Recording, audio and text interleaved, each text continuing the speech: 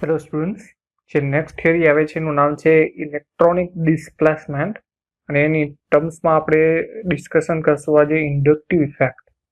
બરોબર, ઇન્ડક્ટિવ ઇફેક્ટને ગુજરાતીમાં કહેવામાં આવે છે પ્રેરક અસર.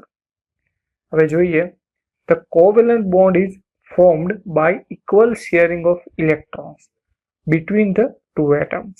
The covalent bond exists between two similar atoms. The electron pair of the bond occupy a central position between the nuclei of the bonded atom.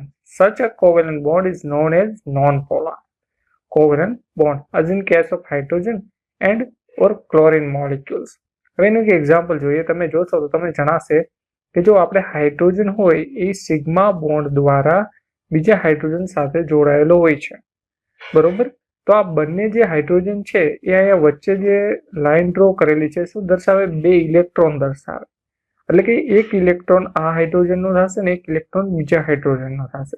એટલે કે બંને હાઇડ્રોજન એક એક ઇલેક્ટ્રોન આપી અને જે બંધ બનાવે એને સહસંયોજક બંધ તરીકે ઓળખવામાં આવે છે. બરોબર, સહસંયોજક બંધ છે જે આપણે ઇંગ્લિશમાં કહીએ છીએ કોવેલન્ટ બોન્ડ. હવે કોવેલન્ટ જે બોન્ડ બને છે એમાં જો બંને સરખા એટમ હોય ને તો જે ઇલેક્ટ્રોન પેર છે, બરોબર, સેન્ટરમાં ઇલેક્ટ્રોન પેર જ્યાં દર્શાવેલી છે એ સેન્ટરમાં રહેશે. દાખલા તરીકે આવી રીતના હાઇડ્રોજન હોય તો સિગ્મા બોન્ડ આ હાઇડ્રોજન તો એ સેન્ટરમાં હશે ઇલેક્ટ્રોન ડેન્સિટી. એના પાછળનું રીઝન પણ તમને આગળ હું સમજાવું છું.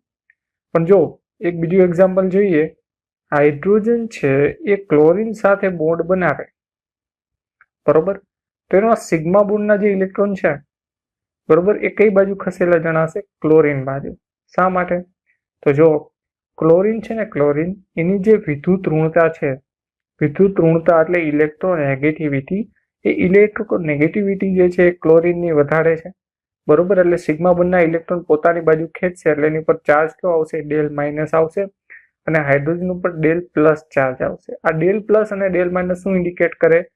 એ એવું ઇન્ડિકેટ કરે છે કે ઇલેક્ટ્રોન ડેન્સિટી ક્લોરીન પાસે વધારે છે કમ્પેર ટુ હાઇડ્રોજન કરતા. બરોબર, એટલે ઇલેક્ટ્રોન ડેન્સિટી લઈ લે છે. તો ક્લોરીન શા માટે ઇલેક્ટ્રોન ડેન્સિટી લે છે? કારણ કે એની વિદ્યુત ઋણતા વધારે છે.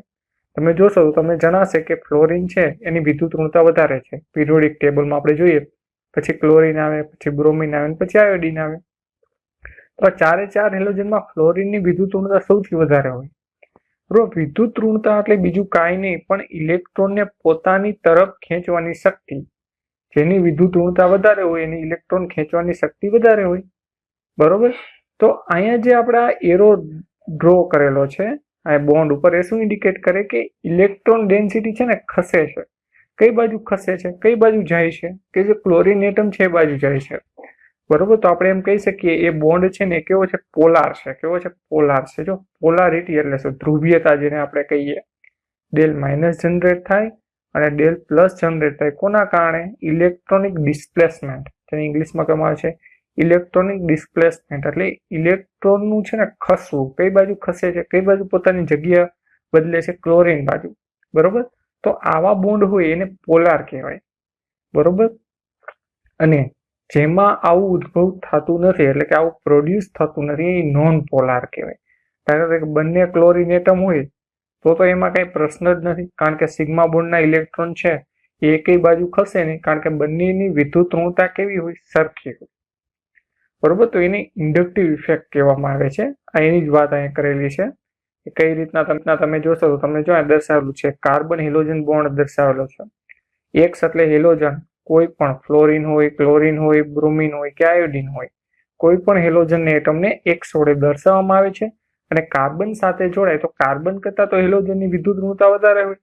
તો શું થશે? તો જો અહીં જનરેટ થાય છે ડેલ માઇનસ અને ડેલ પ્લસ. એ પોલારિટી કહેવાય. પોલારિટી એટલે ધ્રુવીયતા. એક ધન બને એક ઋણ બને એને ધ્રુવીયતા કહેવાય. બરોબર, ત્યાં દર્શાવેલું છે. હવે બે પ્રકારના છે ને ઇન્ડક્ટિવ ઇફેક્ટ આવશે. ઇન્ડક્ટિવ ઇફેક્ટ નો સિમ્બોલ છે કેપિટલ આઈ. બરોબર, આઈ ને ઇન્ડક્ટિવ ઇફેક્ટ કહેવામાં આવે. હવે સમજો, તમારે ઓર્ગેનિક કેમિસ્ટ્રીની અંદર બે પ્રકારની ઇન્ડક્ટિવ ઇફેક્ટ આવે. એક આવે પ્લસ આઈ અને બીજી આવે માઇનસ આઈ. તો પ્લસ આઈ કોને કહેવાની, માઇનસ આઈ કોને કહેવાની? તો એક સિમ્પલ રૂલ છે. તો જો કોઈ પણ એક્સ એટલે કોઈ પણ ગ્રુપ જોડાયેલો હોય, કોઈ પણ, અહીંયા એવી વાત નથી થતી કે અહીંયા ફ્લોરિન હોય, ક્લોરિન હોય કે હેલોજન હોય. એક્સ એટલે કોઈ પણ ગ્રુપ જોડાયેલો હોય, એ ગ્રુપ કાર્બન પાસેથી ઇલેક્ટ્રોન લઈ લઈએ, બરોબર. ઓર્ગેનિક કેમેસ્ટ્રી કોની ઉપર ડિપેન્ડ કરે? કાર્બન ઉપર, બરોબર. આ કાર્બન છે, કાર્બન ઇલેક્ટ્રોન ગુમાવે, તો ઇલેક્ટ્રોન ગુમાવે તો એ ઇલેક્ટ્રોન લૂઝ કરે છે એવું કહેવાય, અને ઇલેક્ટ્રોન લૂઝ કરે તો એ બીજાને આપે છે. જો ઇલેક્ટ્રોન એના પાસેથી દૂર જાય ને તો કાર્બન છે એની ઇફેક્ટ કહેવાય માઇનસ આઈ ઇફેક્ટ. કઈ કહેવાય? માઇનસ આઈ ઇફેક્ટ. માઇનસ આઈ ઇફેક્ટ એટલે કાર્બન, તમારે આમાં સેન્ટરમાં કાર્બન જ રાખવાનું છે, બરોબર. કાર્બન ઇલેક્ટ્રોન ગુમાવે તો માઇનસ આઈ ઇફેક્ટ, અને કાર્બન જો આ ઇલેક્ટ્રોન મેળવે છે તો પ્લસ આઈ ઇફેક્ટ. એને પ્લસ ઇન્ડક્ટિવ ઇફેક્ટ અથવા પ્રેરક અસર કહેવાય, ધન પ્રેરક અસર પણ કહેવાય, બરોબર. તો આ જ સમજવાનું છે. કાર્બન ઇલેક્ટ્રોન મેળવે તો પ્લસ, કાર્બન ઇલેક્ટ્રોન ગુમાવે તો માઇનસ, બરોબર. આ બે પ્રકારના છે. હવે ગ્રુપ ઉપર ડિપેન્ડ કરશે કે કયા કયા ગ્રુપ છે એ પ્લસ આઈ ઇફેક્ટ દર્શાવે, માઇનસ આઈ ઇફેક્ટ દર્શાવે. તો તમે આ જોઈ શકો છો, આ બધા ગ્રુપ છે માઇનસ આઈ ઇફેક્ટ દર્શાવે, આ બધા ગ્રુપ છે પ્લસ આઈ ઇફેક્ટ દર્શાવે, બરોબર. હંમેશા આલ્કાઇલ ગ્રુપ છે ને પ્લસ આઈ ઇફેક્ટ દર્શાવે, કારણ કે એ ઇલેક્ટ્રોન રિલીઝ કરે, ઇલેક્ટ્રોન આપે, બરોબર. એ પણ આપણે આગળ સમજશું કે કઈ રીતના પોસિબલ છે.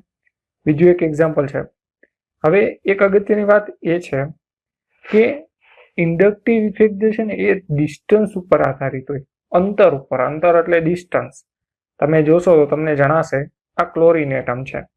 હવે ક્લોરિન એટમથી તમે જેમ દૂર જાઓ ને તેમ ઇન્ડક્ટિવ ઇફેક્ટમાં ઘટાડો થાય. એટલે કે આ જે પેલો કાર્બન છે એની ઉપર જે ઇન્ડક્ટિવ ઇફેક્ટ લાગુ પડે એના કરતા છેલ્લા કાર્બનમાં એના કરતા ઓછી, એટલે 3 ગણી ઓછી થઈ જશે.